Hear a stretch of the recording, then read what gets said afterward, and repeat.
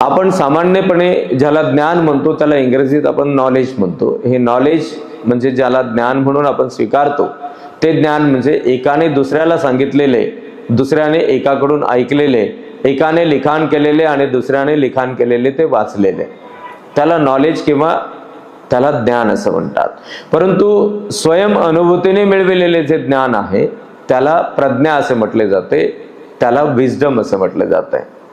बुद्धत्वामध्ये ही प्रज्ञा सर्वशीर्ष आहे आणि भगवंतांनी म्हटले की सामान्य मनुष्य सुद्धा प्रज्ञा चक्षुला प्राप्त होऊ शकतो, प्रज्ञा दृष्टीला प्राप्त करू शकतो। ही प्रज्ञा दृष्टी म्हणजे खऱ्याला खरे, सार असेल तिथे सार आहे, असार असेल तिथे असार आहे असे मांडण्याची दृष्टी, असे जाणण्याची दृष्टी, असे स्वीकार करण्याची दृष्टी, भगवंतांनी त्याला प्रज्ञा दृष्टी, त्याला प्रज्ञाचक्षु असं म्हटलेलं आहे। असा हा ज्ञानिवंत असलेला मनुष्य जो प्रज्ञादृष्टीने परिपूर्ण ठरतो, हा मनुष्य योग्य आणि अयोग्य सहजपणे जाणतो, कुशल आणि अकुशल सहजपणे जाणतो, चांगले आणि वाईट सहजपणे जाणतो, पाप आणि पुण्य सहजपणे जाणतो आणि त्यातील जे वाईट असेल, जे अकुशल असेल, जे अयोग्य असेल, जे चुकीचे असेल, जे पाप दृष्टीचे असेल त्याचा मात्र तो त्याग करतो।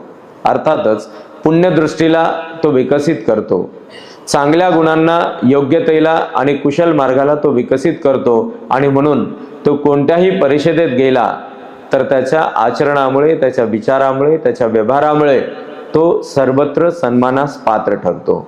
परिषद लहानांची असो, मोठ्यांची असो, धनवान असणाऱ्यांची असो अथवा निर्धन असणाऱ्यांची असो, कोणत्याही जातीला, पंथाला, धर्माला, संप्रदायाला मानणाऱ्यांची असो, परिषद ही कोणत्याही अवस्थेत असणाऱ्यांची असो, त्या परिषदेत तो सन्मानास पात्र ठरतो।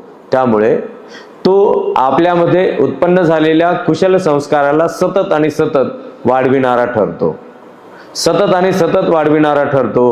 पूर्वी आपण ऐकल्याप्रमाणे संस्कार एक प्रकारे संपत्ती आहे असे भगवंतांनी म्हटले आणि मग तो संस्काराला वाढवितो, अर्थातच तो सदैव आणि सदैव आपल्याकडे असलेल्या या संस्काररूपी संपत्तीला तो सदैव आणि सदैव वाढवित असतो, त्याच्या संपत्तीमध्ये वाढ होते।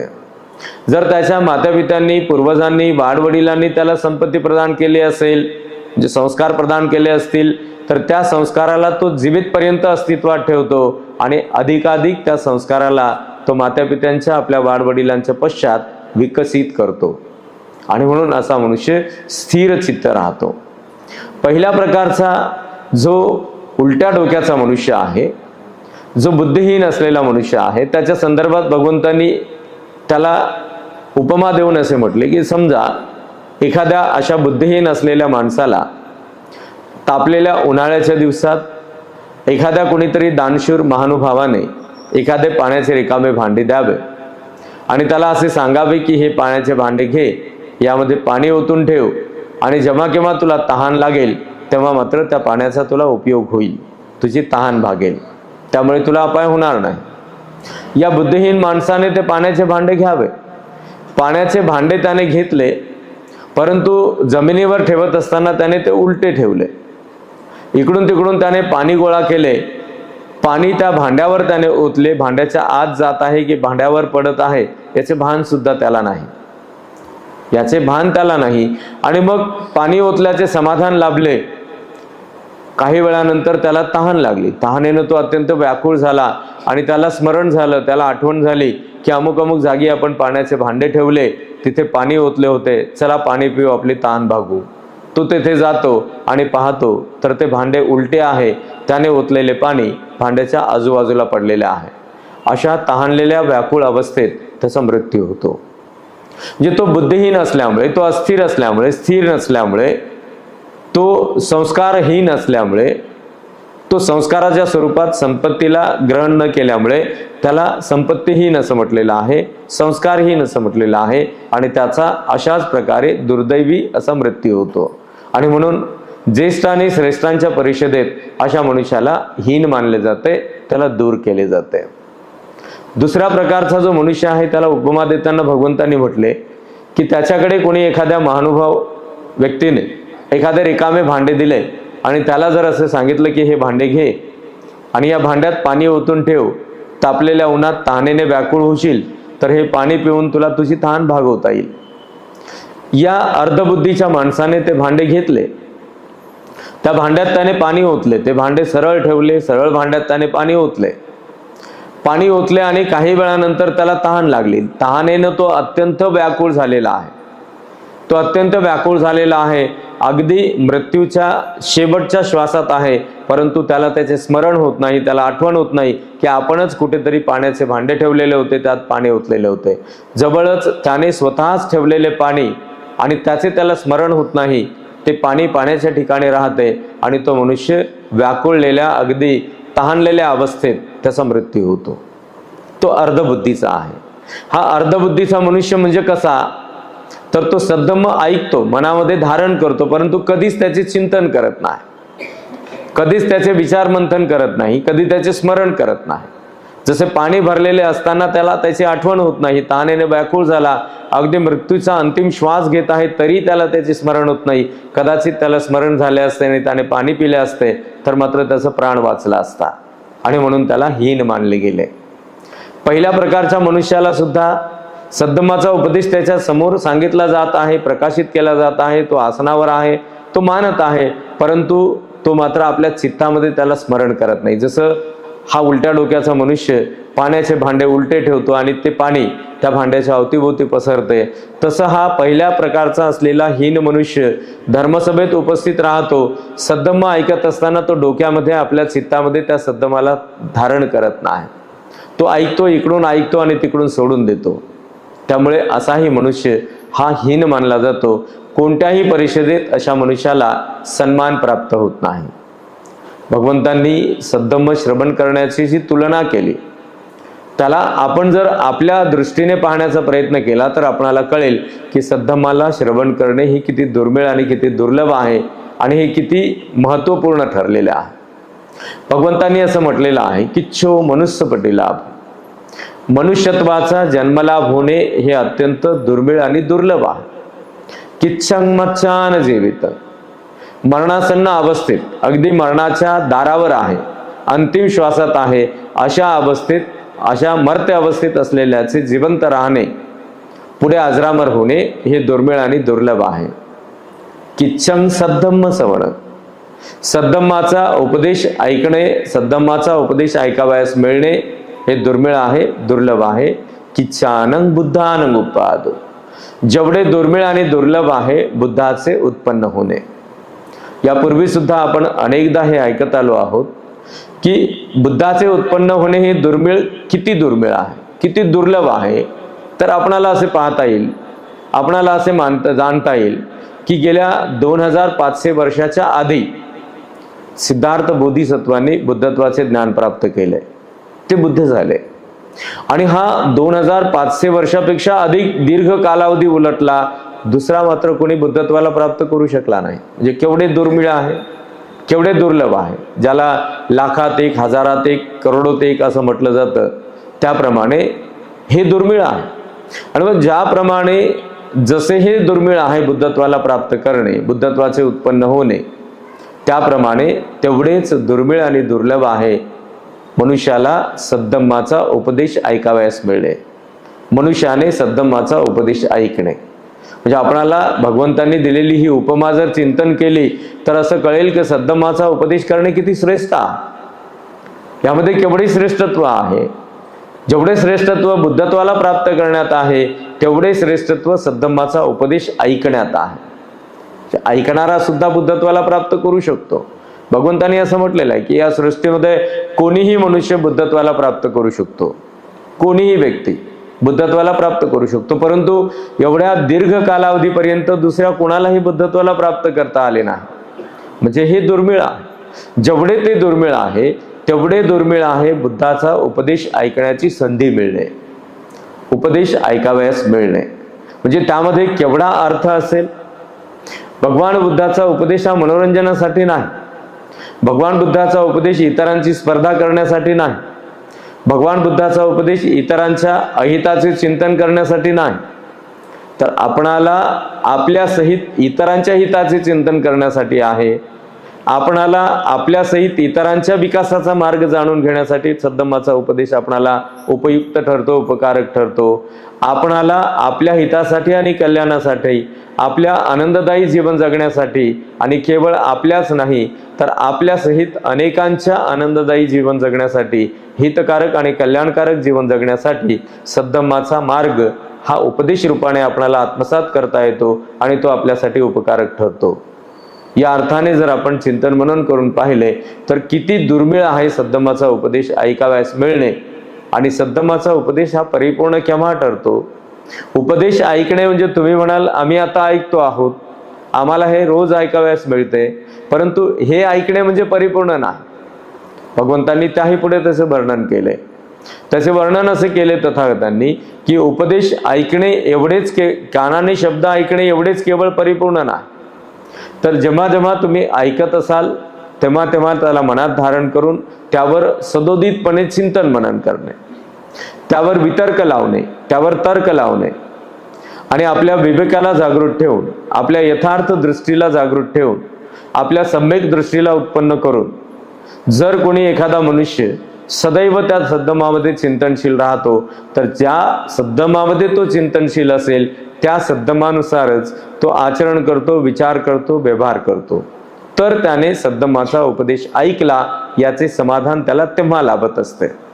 आता ऐकला आणि येथून उठलो म्हणून आपल्याला समाधान लाभणे हे परिपूर्ण नाही, पण जे ऐकले त्याचे चिंतन मनन करून, त्यावर विचार मंथन करून, त्यावर तर्क आणि वितर्क लावून त्यामध्ये असलेले जे सत्य, परिपूर्ण सत्य आहे त्याचे आकलन करून ते सत्य आत्मसात करून त्या प्रकारचे आचरण, विचार आणि व्यवहार धारण करण्याने सद्धम्माचा उपदेश ऐकणे हे परिपूर्ण ठरत असते.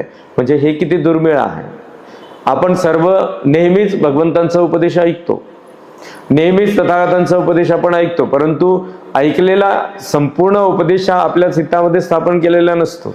त्याचे विचार मंथन आपण करत नसतो, त्याबद्दल त्यानुसार आचरण, विचार आणि व्यवहारही आपण करत नसतो. म्हणजे मग सद्धम्माचा उपदेश ऐकणे हे परिपूर्ण ठरले असे आपण मानू शकत नाही. जेवढे दुर्मिळ आणि दुर्लभ आहे मनुष्यत्वाचा जन्मलाभ होणे. मनुष्य म्हणून जन्माला येणे ही आपल्याकरिता एक संधी आहे. सिद्धार्थाचा जन्म महामाईच्याच पोटी व्हावा हे फार दुर्मिळ आणि दुर्लभ आहे. ही गोष्ट अत्यंत श्रेष्ठ आहे. म्हणजे त्यावेळेला जेव्हा सिद्धार्थाचा जन्म झाला त्यावेळेला या जगाच्या पाठीवर वेगवेगळ्या प्रांतात, अनेक दिशांमध्ये, अनेक वेगवेगळ्या ठिकाणी मोठ्या संख्येने स्त्रिया होत्या, अगणित स्त्रिया होत्या.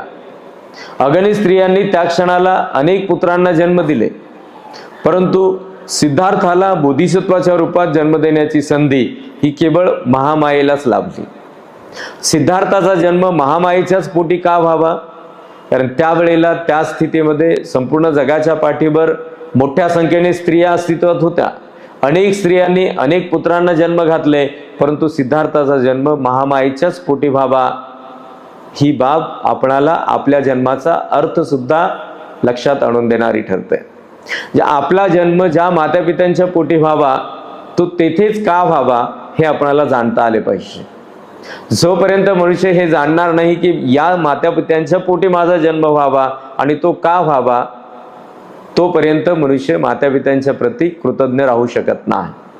आणि मातापित्यांच्या प्रती जर कृतज्ञ नसेल तर मग मात्र तो मनुष्य असूनही पशुप्रमाणे आपले जीवन जगत असतो. त्याच्यामध्ये एक प्रकारे मनुष्यत्वाचा अभाव ठरतो. कारण मनुष्यत्वाचा हा जन्मलाभ घेण्याची संधी त्या मातापित्यांच्या पूर्वसंचिताच्या पुण्यबलाच्या परिणामाने लाभली आणि त्याच मातापित्यांच्या प्रती जर तो कृतज्ञ नसेल तर मग मात्र त्याच्यामध्ये असलेले मनुष्यत्व हे अपूर्ण आहे. आणि ज्याचे मनुष्यत्वच अपूर्ण आहे त्याला काय कळणार की मनुष्याचा जन्म किती दुर्मिळ आणि दुर्लभ आहे. त्याला काय करणार मरत्या अवस्थेत असलेल्यांचे जिवंत राहणे ही कठीण आहे. त्याला काय कळणार सद्धम्माचा उपदेश ऐकणे दुर्मिळ आणि दुर्लभ आहे. त्याला काय कळणार बुद्धाचे उत्पन्न होणे हे दुर्मिळ आणि दुर्लभ आहे. मग हे एखाद्या माणसाला केव्हा कळेल? सिद्धार्थ हे जन्मजात बोधिसत्व होते. महामायेने सिद्धार्थाला जन्म घातला त्यापूर्वी महामाईच्या विवाहाला दीर्घकाळ उलटलेला होता, परंतु तेवढ्या दीर्घकाळापर्यंत महामाईला अपत्य होऊ नये, संतान होऊ नये हा प्रश्न नाही. तर महामाईचाच जन्म यासाठी झालेला होता, बोधिसत्वाला जन्म घालण्यासाठी. महामाईचा जन्मच मुळात बोधिसत्वाला जन्म घालण्यासाठी झालेला होता. आणि म्हणून जन्माला आल्यापासून महामाया ही परिपूर्ण पारमिता, उपपारमिता, परमत्थ पारमिता पूर्णत्वास नेत आहे. त्यावेळेला सुद्धा महामाया ही दानशील आणि भावना या मार्गाचे अवलंबन करत आहे. आणि असे करत करत महामायेचे हे कुशल कर्म जेव्हा परिपक्व होतात तेव्हा महामायेला गर्भधारणा होते. आणि त्यावेळेला महामायेला संधी मिळते सिद्धार्थाला जन्म घालण्याची. सिद्धार्थाला महामायेची पुण्यबल प्राप्त होतात. महामायेच्या पोटी सिद्धार्थाचा जन्म होतो आणि त्या पारमिता, उपपारमिता आणि परमत्थ पारमितांच्या छत्रछायेत सिद्धार्थाचा 10 महिने महामाईच्या पोटामध्ये जो संसर्ग होतो, जी वाढ होते सिद्धार्थाची, आणि ते संसर्ग घेऊन, ते संस्कार घेऊन सिद्धार्थ जन्माला येतो. सिद्धार्थ जेव्हा जन्माला येतो तेव्हा लक्षणांनी अनुलक्षणांनी युक्त असतो. आणि म्हणून सिद्धार्थ हा बोधिसत्व मानला जातो. बोधी म्हणजे ज्ञान आणि सत्व म्हणजे चर्या. जो बोधिसत्व, बोधी म्हणजे ज्ञान आणि सत्व म्हणजे जीव, जो ज्ञानयुक्त चर्येने परिपूर्ण असलेला जीव आहे त्या जीवाला बोधिसत्व असे म्हटले जाते. बोधिसत्वांनी प्रचंड परिश्रम करून याच सद्धम्माचा, ज्या सद्धम्माचा भगवान सम्यक संबुद्ध बुद्धत्व प्राप्तीनंतर उपदेश करतात, याच सद्धम्माचे त्यांनी परिपूर्ण आपल्या चरितार्थामध्ये चिंतन मनन केले, आचरण केले. त्याद्वारेच त्यांनी विचार केले, त्याद्वारेच त्यांनी व्यवहार सुद्धा केले. आणि त्यातून बोधिसत्वाला सम्यक संबोधीचा लाभ झाला. हे जे बुद्धत्वाचे ज्ञान आहे, हे बुद्धत्वाचे ज्ञान परिपूर्ण अनुभूतीचे ज्ञान आहे. जेव्हा जेव्हा बुद्ध वर्णन करतात, भगवान बुद्ध वर्णन करतात समग्गानंत पोसुको, म्हणजे तुम्ही तप कराल तर ते सुखदायक आहे. एवढ्या स्थिरपणे, एवढ्या वेळापर्यंत बसणे हे जर आपल्याला इतरत्र किंवा कोणत्याही वेळेला सांगितले तर आपल्याला ते शक्य होत नाही. पण अशा वेळेला आपले शरीर सुद्धा सद्धम्माच्या प्रवाहामध्ये हे विशुद्ध होत असते.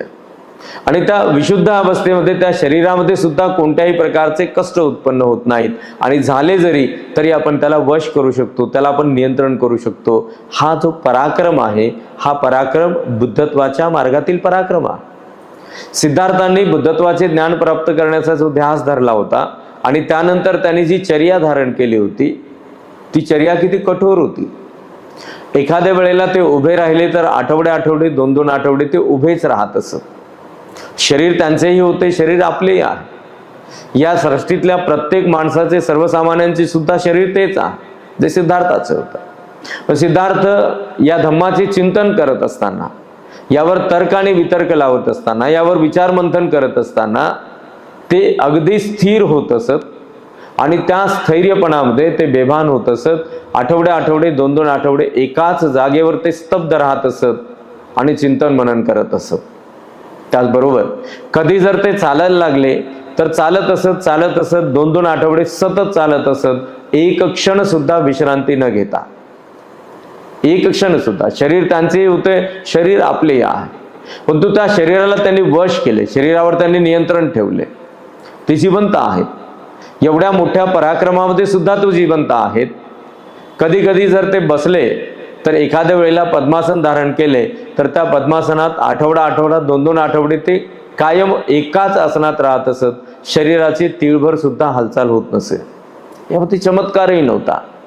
तुमच्या माझ्यासारख्यांनी जर हा प्रयत्न केला तर आपणही ते करू शकतो आणि आपल्याला ते शक्य आहे. ते शक्य आहे म्हणून तर भगवंतांनी त्याचा उपदेश केला. अशक्य असते तर भगवंतांनी उपदेश केला नसता. जे अशक्य आहे ते काय असेल तर भगवंतांनी असं म्हटलेलं आहे, जे अशक्य आहे ते हे आहे की कल्पनेत असणारे ते अशक्य आहे. जे काल्पनिक आहे ते अशक्य आहे. ज्यामध्ये चमत्कार आहे ते अशक्य आहे. ज्यामध्ये कर्मकांड आहे ते अशक्य आहे. आणि सिद्धार्थाने मात्र कधीही कल्पनेवर विश्वास ठेवला नाही. सिद्धार्थांनी कर्मकांड केले नाही. सिद्धार्थांनी कधीही चमत्कारावर विश्वास ठेवला नाही. आणि म्हणून आपल्या शरीराला सिद्धार्थाने नियंत्रणात ठेवले. आणि मग या एवढ्या मोठ्या पराक्रमातून, एवढ्या मोठ्या परिश्रमातून सिद्धार्थांनी सम्यक संबोधीचे ज्ञान प्राप्त केले. त्यामुळे भगवान बुद्ध उपदेश करतात समग्गानंत पोसुको, सुखो बुद्धानंग उपादो सुखा सद्धम्म देसना सुखा संगस सामग्गी समग्गानंत पोसुको. बुद्धाचे उत्पन्न होणे हे सुखदायक आहे. हे आपण पुढे ऐकणार आहोत. बुद्धाचे उत्पन्न होणे सुखदायक कसे आहे हे अगदी सूक्ष्मपणे आपण जाणून घेणार आहोत. भगवंतांनी केलेल्या उपदेशानुसार आपण ते पाहणार आहोत. सुखदायक आहे सद्धम्माची देशना, सुखदायक आहे एकत्रित येणे, आणि सुखदायक आहे एकत्रित येऊन सद्धम्माचे अनुसरण करणे. त्यासाठी असलेला जो पराक्रम आहे, ज्याला भगवंतांनी तप असं म्हटलेलं आहे. यानुसार आपण वर्षाभास या कालावधीमध्ये पूर्ण 3 महिनेपर्यंत, जोपर्यंत आपले अधिष्ठान असेल तोपर्यंत अधिकाधिक सद्धम्माचा उपदेश ऐकण्यासाठी ज्या प्रकारच्या लोकांचे भगवंतांनी वर्णन केले, त्यातील प्रज्ञाचक्षुला प्राप्त झालेला मनुष्य मी कसा होईल आणि माझ्यामध्ये तो मनुष्य मला उत्पन्न करावयाचा आहे, अशा प्रकारचे अधिष्ठान करून, अशा प्रकारचे ध्येय आणि अशा प्रकारचा ध्यास धरून सातत्याने आपण सद्धम्माचा हा उपदेश ऐकत आहोत. निश्चितच हा आरंभिक, मध्य आणि अंतिम अवस्थेत कल्याणकारक असलेला सद्धम्म आपल्या मनुष्यत्वाला परिपूर्णतेकडे नेणारा ठरो, अशा प्रकारची मंगलभावना त्रिरत्नानुभावे तुम्हा सर्व उपस्थित जणांच्या प्रती, विश्वातील तमाम मानवमात्रांच्या प्रती, सृष्टीतील चक्रवालातील सबंध सत्वरूपांच्या प्रती सर्वांचे मंगल हो, सर्वांचे कल्याण हो, सर्वांचे जय मंगल हो. सब्ब रोगा विनिमुक्तो सब्ब संताप वर्जितो सब्ब वीरमतिक्कन्तो निभूतोऽथ तुमं भवं सब्बित्तियो विभज्जन्तु सब्ब रोगो विनश्यतो माते भवत्वन्तरायो सुखी दीर्घायुको भव. भवतु सब्ब मंगलं रक्षन्तु सब्ब देवता सब्ब बुद्धानुभावेन सदा सुखी भवन्तु ते. भवतु सब्ब मंगलं रक्षन्तु सब्ब देवता सब्ब धम्मानुभावेन सदा सुखी भवन्तु ते. भवतु सब्ब मंगलं रक्षन्तु सब्ब देवता सब्ब संघानुभावेन सदा सुखी भवन्तु ते.